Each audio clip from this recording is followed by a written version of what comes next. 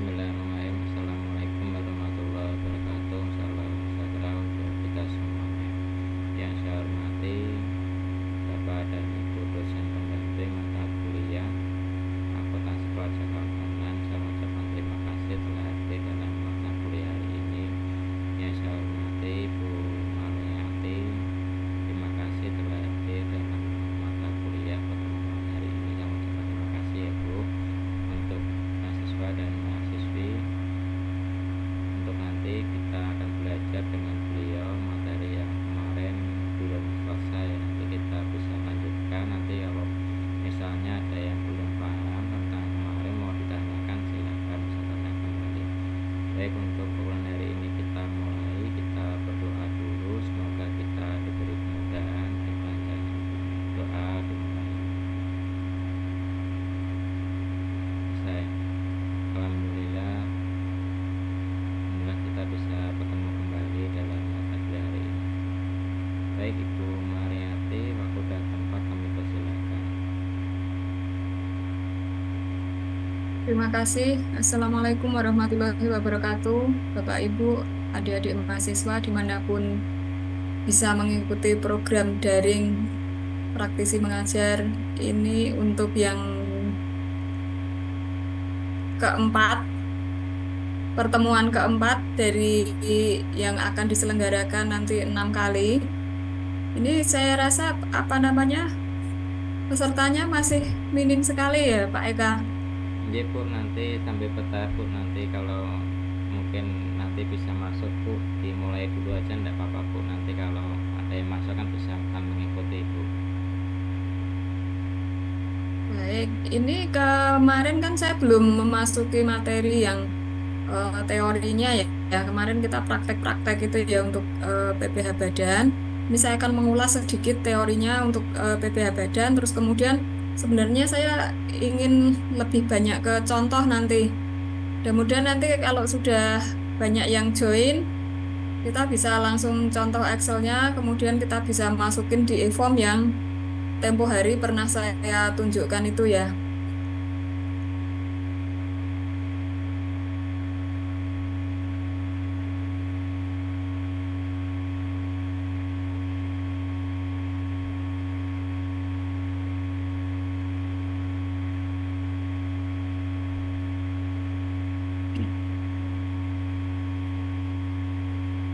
Ini kalau kemarin saya berikan sedikit, mungkin ini saya ulangi lagi sambil nunggu teman-teman, karena supaya nanti sebelum ke praktek, teorinya dulu atau dasar hukumnya sudah diketahui, sehingga prakteknya akan menjadi lebih mudah.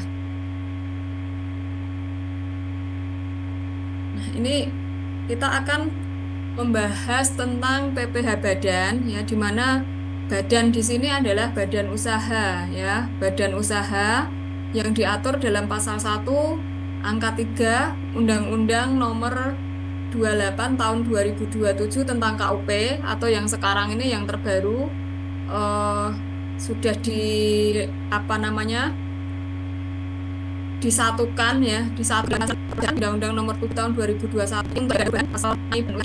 Jadi kalau Undang-Undang Harmonisasi Peraturan atau KUP di pasal 3 angka 1, di pasal 1 angka 3 itu masih akan seperti ini. Atau kan kesebaik yang meliputi perseroan terbatas, perseroan usaha milik negara atau badan usaha daerah dengan firma, kemudian persekutuan perdata lainnya, misalnya persekutuan untuk tenaga ahli, bisa advokat, bisa konsultan pajak, kemudian eh, dokter, kemudian perkumpulan, yayasan, organisasi massa, organisasi sosial politik, atau organisasi lainnya, lembaga dan bentuk badan lainnya termasuk kontra investasi kolektif dan bentuk usaha tetap.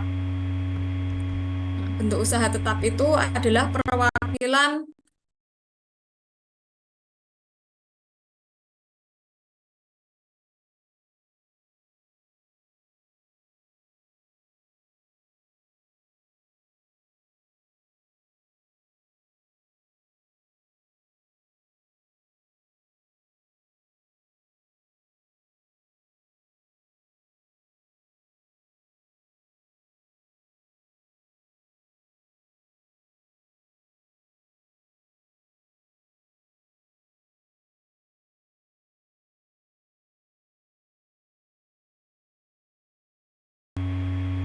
badan usaha yang perwakilan badan usaha di negara lain atau asing yang memiliki penghasilan di Indonesia, kemudian dituntut untuk memiliki bentuk usaha tetap ya, supaya negara kita, negara Republik Indonesia bisa menagih pajaknya.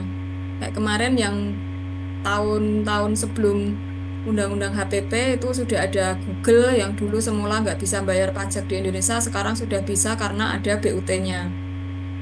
Yang sampai sekarang belum ada BUT itu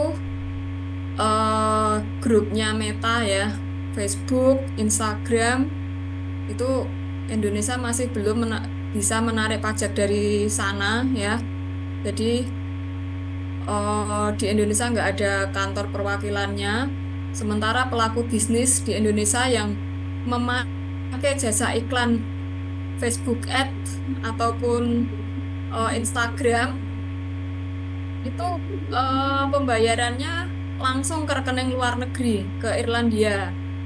Nah, biasanya itu langsung didebit senilai 100% dari total jasa yang dipakai. Sehingga Indonesia akan sangat sulit untuk memotong pajaknya karena itu dari awal ketika kita mau daftar mau memakai jasa iklannya Facebook misalnya itu sudah harus memasukkan nomor kredit card ya, nomor rekening kredit card sudah harus dimasukkan sehingga nanti tanggal berapa yang disepakati biasanya di akhir bulan itu rekening kredit cardnya sudah didebit oleh Meta Airline ya, Meta Airline. Jadi sangat sulit sehingga yang sering kena dampaknya adalah wajib pajak Indonesia pengguna jasa tersebut. Dia sudah bayar iklannya 100%, masih harus nanggung PPh 23-nya 2%. Padahal seharusnya itu kita motong PPh-nya itu PPh pasal 26 sebesar 20%. Nah, kadangkala juga kalau orang pajaknya nggak mau tahu, kita juga diminta bayar yang 20%. Sehingga sangat-sangat berat dan sangat ini, tapi pengguna ya, wajib pajak pengguna jasa iklannya itu serba salah juga. Karena iklan di Facebook itu sangat membantu penjualannya, sangat membantu proses marketingnya, promosinya. Sehingga kalau misalnya iklannya diputus, ya kita telat bayar atau apa langsung diputus, atau kita melanggar suatu ketentuan yang ditetapkan itu diputus, itu penjualannya langsung berpengaruh ya, karena sekarang ini eranya sudah berbeda ya, eranya sudah era digitalisasi semua, sehingga segala sesuatunya sangat berpengaruh bagi yang bagi yang menggunakan media-media iklan seperti Facebook, Instagram, terus kemudian ada juga itu TikTok. Nah, kalau TikTok itu di Singapura, ya, TikTok di Singapura, tapi dia sudah meratifikasi perjanjian penghindaran pajak berganda dengan Indonesia dan ada formulir keterangan domisilinya atau kalau di perpajakan istilahnya di GT1 itu sudah ada. Jadi pengguna TikTok di Indonesia, pengguna layanan iklan di TikTok di Indonesia itu tidak dirugikan dalam masalah perpajakan karena ada di GT1 sehingga nggak perlu membayar 2% atau 20%. Itu salah satu contoh bentuk usaha tetap. Nah, bagi badan usaha itu harus atau berkewajiban menyelenggarakan pembukuan. Nah, pembukuan sebagaimana diatur di dalam pasal 28 ya, Undang-Undang Nomor 28 Tahun 2000 2007 atau sekarang Undang-Undang nomor 7 tahun 2021 ya. Siapa saja yang wajib menggunakan pembukuan? Satu, wajib pajak orang pribadi yang melakukan kegiatan usaha atau pekerjaan bebas dan wajib pajak badan di Indonesia wajib menyelenggarakan pembukuan. Wajib pajak yang dikecualikan dari kewajiban penyelenggaraan pembukuan sebagaimana dimaksud pada ayat 1, tetapi wajib melakukan pencatatan adalah wajib pajak orang pribadi yang melakukan kegiatan usaha atau pekerjaan bebas yang sesuai dengan ketentuan peraturan perundang-undangan perpajakan diperbolehkan menghitung penghasilan neto dengan menggunakan norma penghitungan penghasilan neto dan wajib pajak orang pribadi yang tidak melakukan kegiatan usaha atau pekerjaan bebas. Ya, kalau orang pribadi sepanjang dia belum PKP ya, sepanjang dia belum PKP dia boleh menggunakan pencatatan. Pencatatan di sini apa yang harus dicatat? Ya, minimum omsetnya yang harus dicatat ya.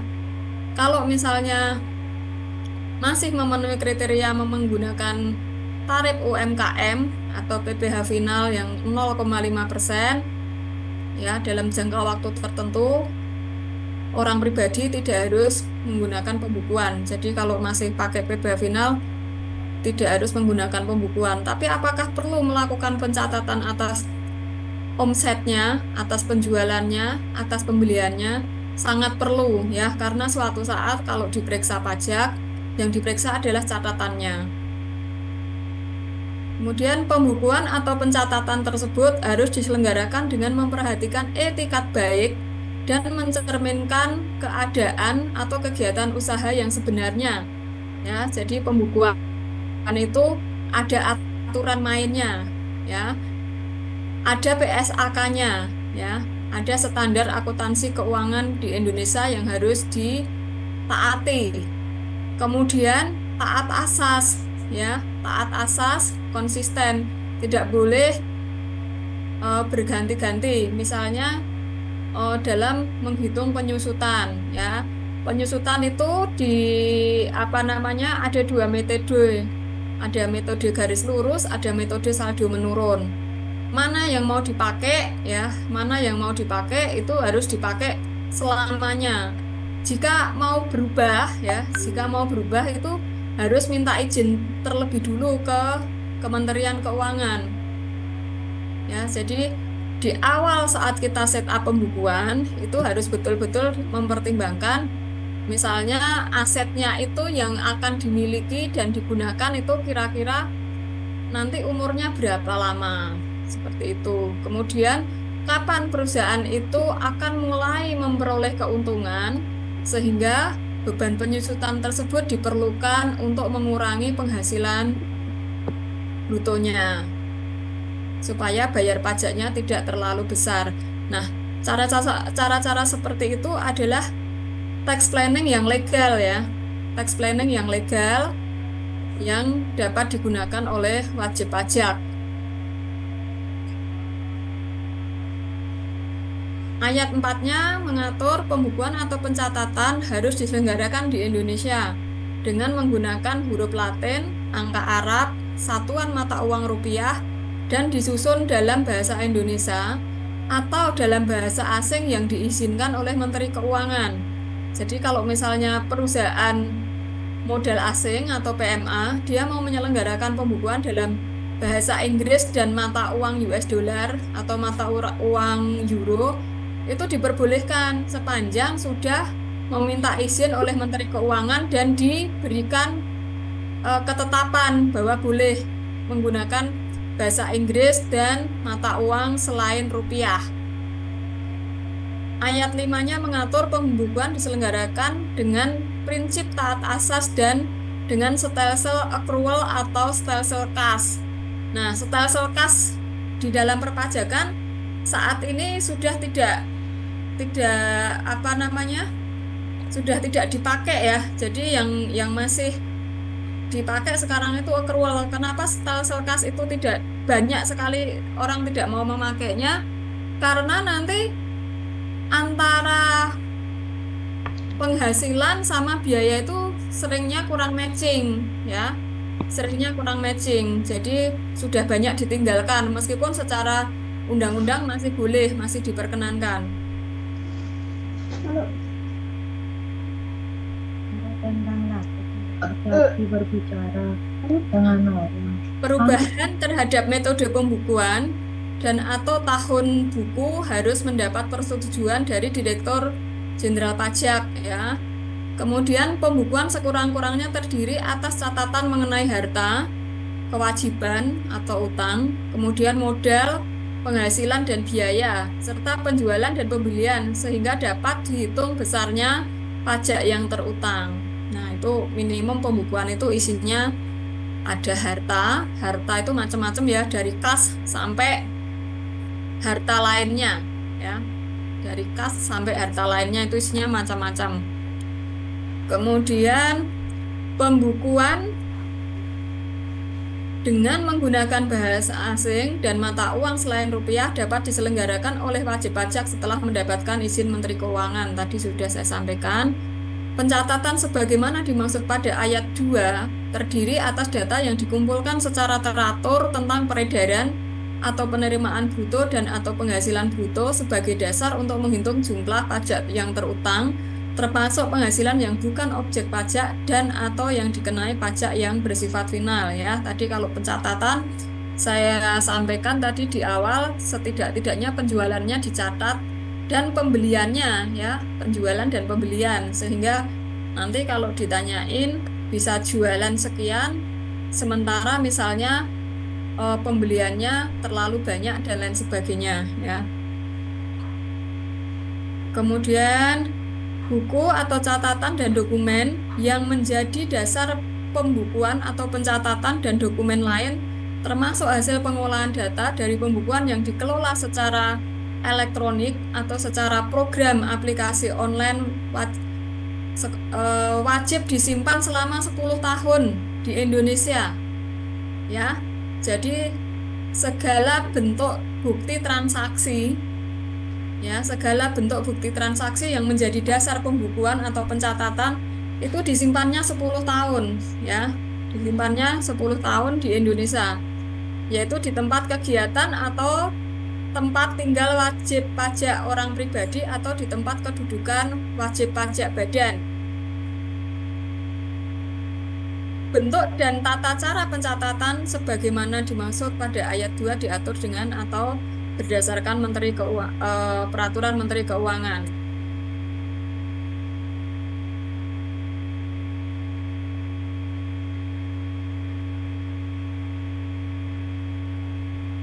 Nah, ini wajib pajak badan ya. Wajib pajak badan dari segi omset ya, ditinjau dari segi omset itu bisa kurang dari 4,8 setahun dan bisa lebih dari 4,8 setahun.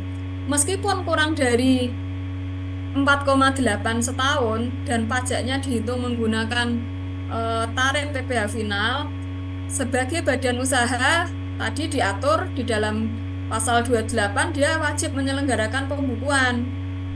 Ya, kenapa harus diselenggarakan? Supaya nanti angka-angka atau saldo-saldo di dalam neraca itu akan kebawa ke tahun berikutnya, di mana pada saat nanti omsetnya lebih dari 4,8 atau setelah tidak diperbolehkan lagi menggunakan PP 23 atau PPh final, dia sudah bisa langsung menghitung laba ruginya ya.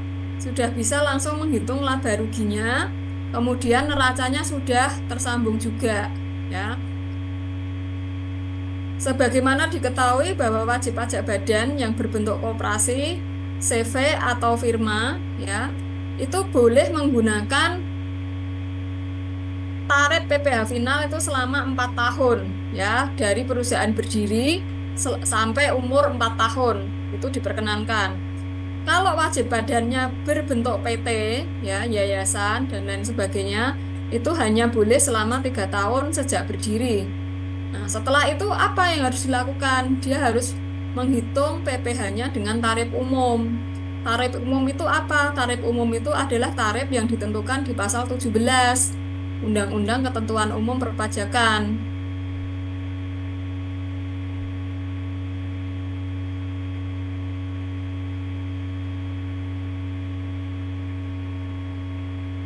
Nah, ini penghasilan yang diterima oleh badan usaha itu ada yang non-objek, ada yang non-objek pajak, ada yang objek pajak ya. Nanti diatur di dalam pasal 4 Undang-Undang Pajak Penghasilan. Undang-undangnya kalau mengenai penghasilan kita harus merujuk ke Undang-Undang Penghasilan, Undang-Undang Pajak Penghasilan. Ya, jadi nanti apa namanya? Kalau ada transaksi-transaksi itu harus dikenali ya, harus dikenali ini transaksinya itu merupakan transaksi yang menjadi objek pajak atau bukan.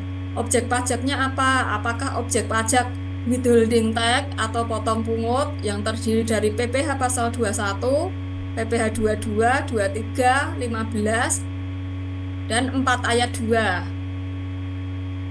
Ya. Kemudian ada juga yang bersifat final, objek pajak yang bersifat final dan yang tidak final. Untuk objek pajak yang bersifat tidak final itu akan menjadi kredit pajak ya. Kredit pajak gunanya nanti pada saat menghitung SPT ya, menghitung SPT pada akhir tahun ya, SPT tahunan itu dia akan sebagai pengurang pajak terutang. Jadi kalau misalnya pajak terutangnya 1 juta, kemudian sudah menerima bukti potong atau PPh yang dipotong oleh pihak lain itu sebesar 500, kemudian ada angsuran PPh pasal 25-nya 300, maka di akhir tahun dia hanya kurang bayar 200 saja.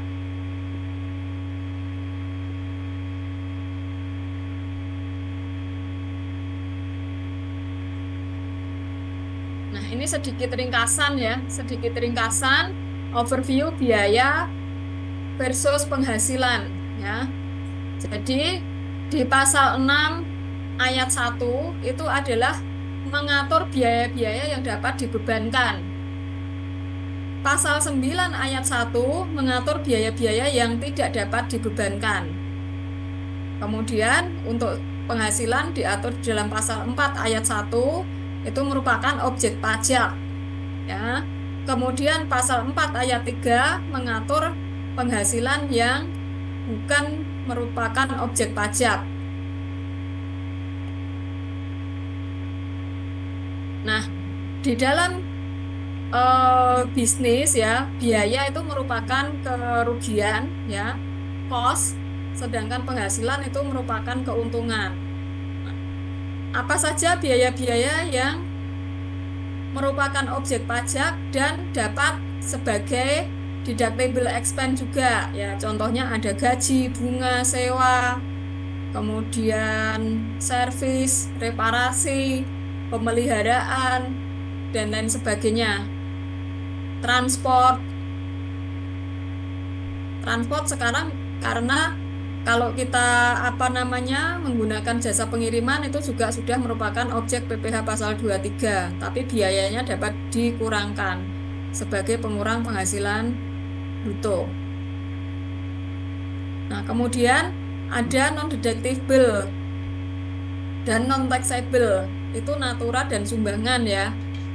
Natura sekarang ada ketentuan terbarunya, tetapi karena mungkin sangat sulit untuk dilakukan, perusahaan biasanya tetap aja bila ada pemberian berupa natura nanti dikoreksi fiskal, sehingga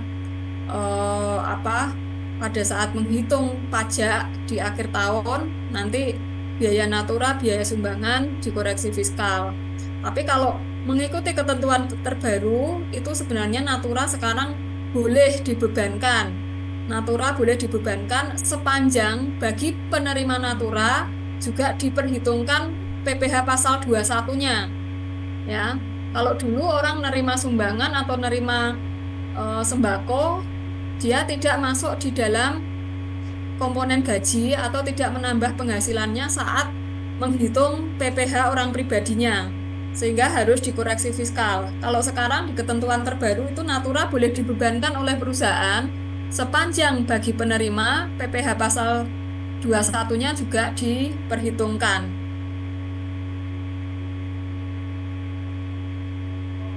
Kemudian ada juga biaya-biaya yang tidak dapat dikurangkan sebagai pengurang penghasilan bruto, tetapi terutang pajaknya, yaitu dividen.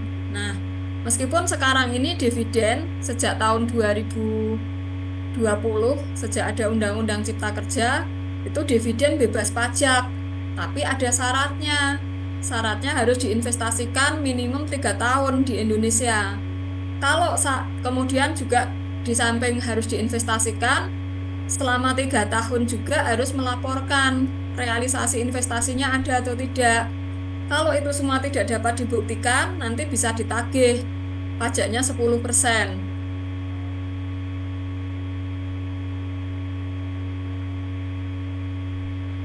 Nah, ini gambaran umumnya ketika kita akan mengisi SPT badan nanti ya, kita mempunyai laporan keuangan ya.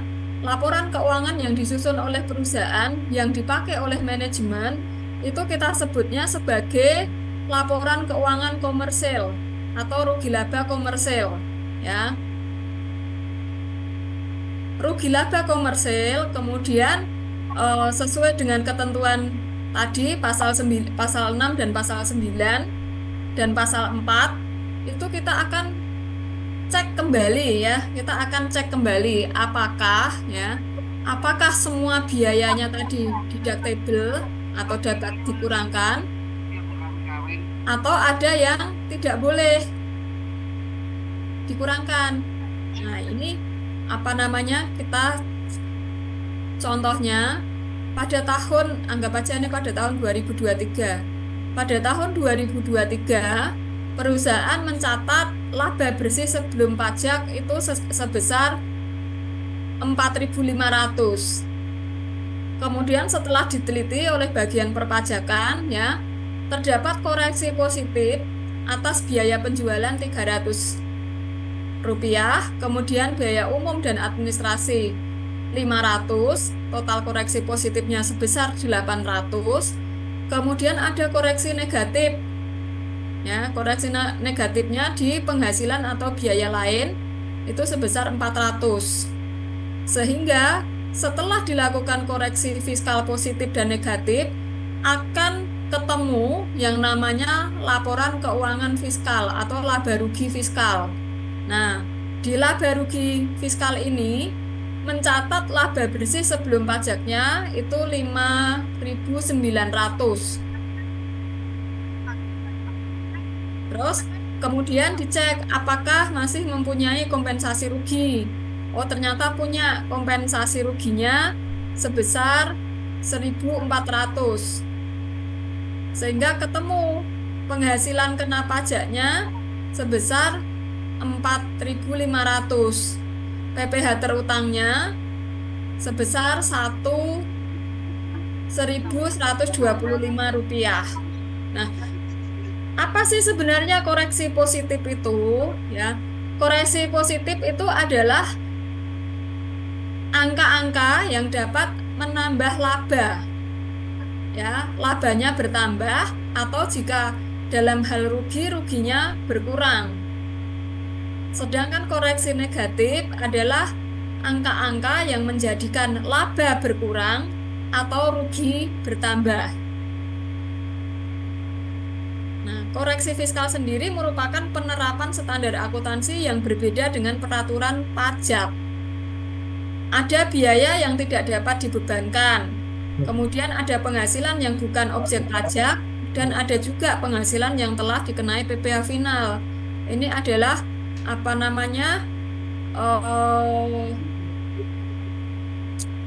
garis besar bagaimana kita dapat melakukan koreksi fiskal. Jadi harus paham terlebih dahulu ini apa namanya biaya-biaya yang dapat dibebankan dan biaya-biaya yang tidak dapat dibebankan. Kemudian penghasilan yang merupakan objek pajak dan penghasilan yang merupakan eh, bukan objek pajak atau sudah dikenai pajak bersifat final. Jadi sebelum melakukan koreksi fiskal, kita harus paham ini betul-betul ya. Sampai di sini ada yang mau didiskusikan? Ini sudah lumayan banyak yang hadir. Silahkan, karena ini basic sekali sebelum kita masuk ke contoh nanti.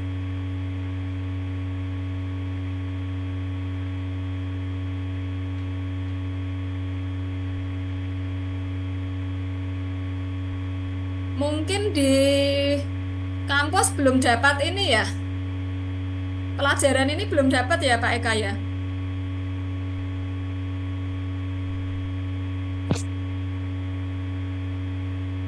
Ya, silahkan. Ada yang mau diskusi?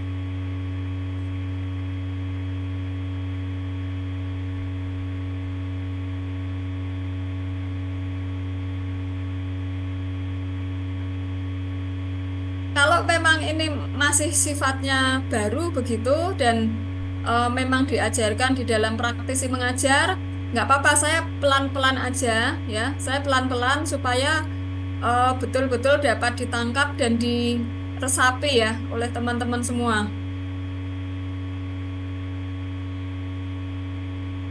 Baik, Bu.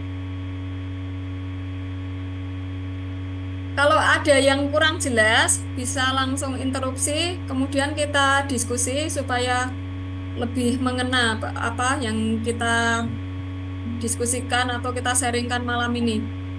Memang agak berat ya, untuk PPH badan itu agak berat. Jadi boleh pelan-pelan, silahkan.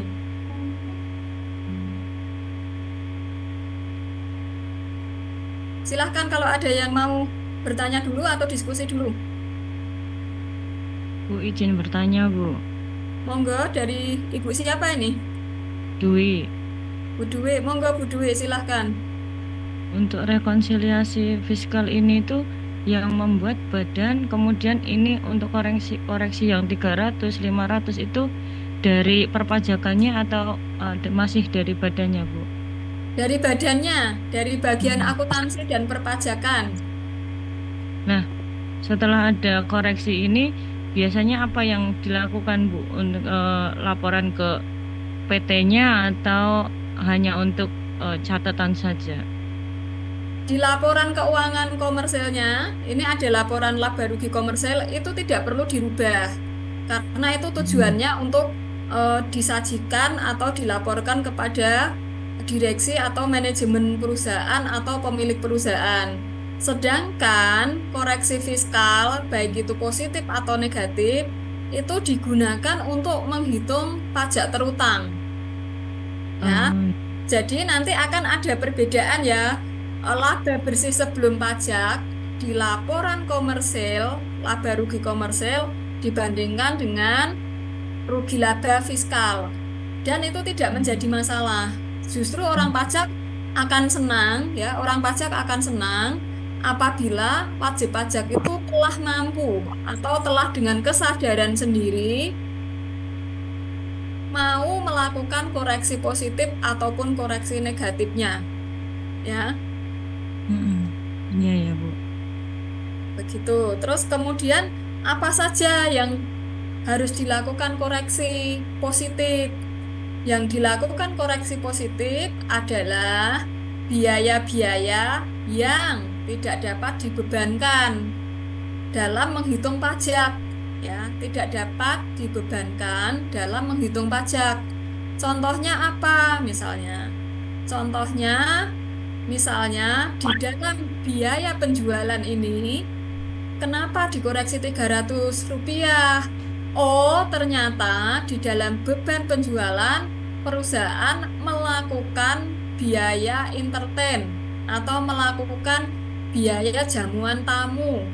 Nah, biaya entertain atau biaya jamuan tamu itu kalau tidak disertakan daftar nominatif, ya. Daftar nominatif itu intinya perusahaan harus menyajikan identitas penerima. Nah, pertanyaannya misalnya apa dalam rangka berpromosi, misalnya ngundang customer untuk diajak makan siang bareng misalnya. Nah, kita nggak mungkin dalam prakteknya itu kemudian minta KTP atau NPWP supaya nanti biayanya bisa dibebankan. Makanya perusahaan biasanya ngalah. Ya sudahlah, yang seperti itu nanti pada saat menghitung pajaknya di akhir tahun kita koreksi fiskal saja. Itu salah satu contohnya seperti itu, Bu Dwi. Oh iya ya. Ada lagi yang mau diskusi dulu supaya lebih jelas? Bu Marmiatik, Monggo, Bu.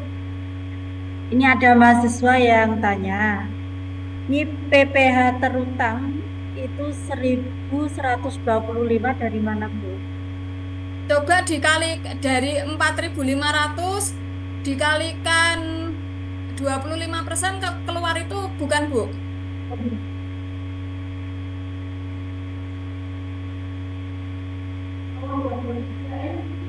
Berapa? Ya. Ya, Bu, betul, Bu. Nah, betul ya. Karena ini contoh saya buat sebelum tahun 2021.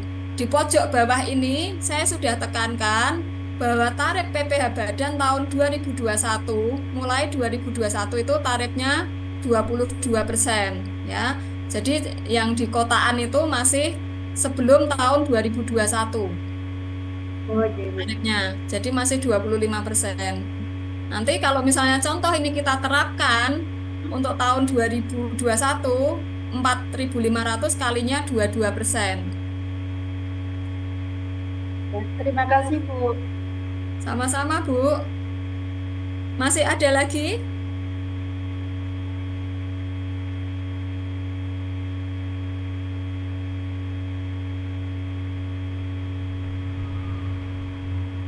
Ada lagi yang mau diskusi terkait ini?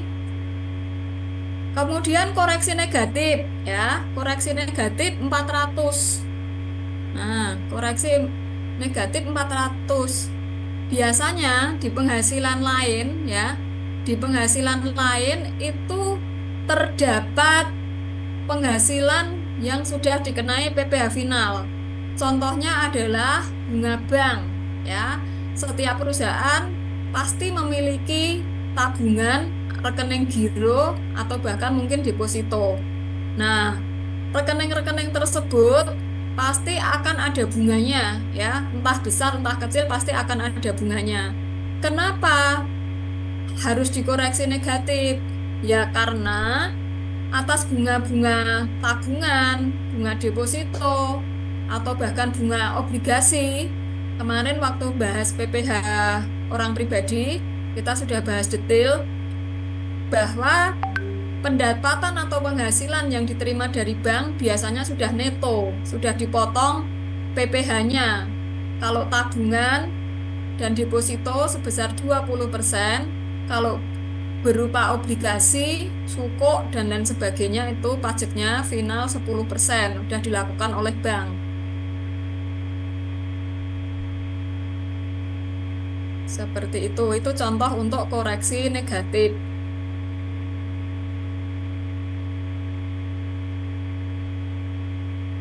Baik, masih ada lagi untuk terkait ini, koreksi positif, koreksi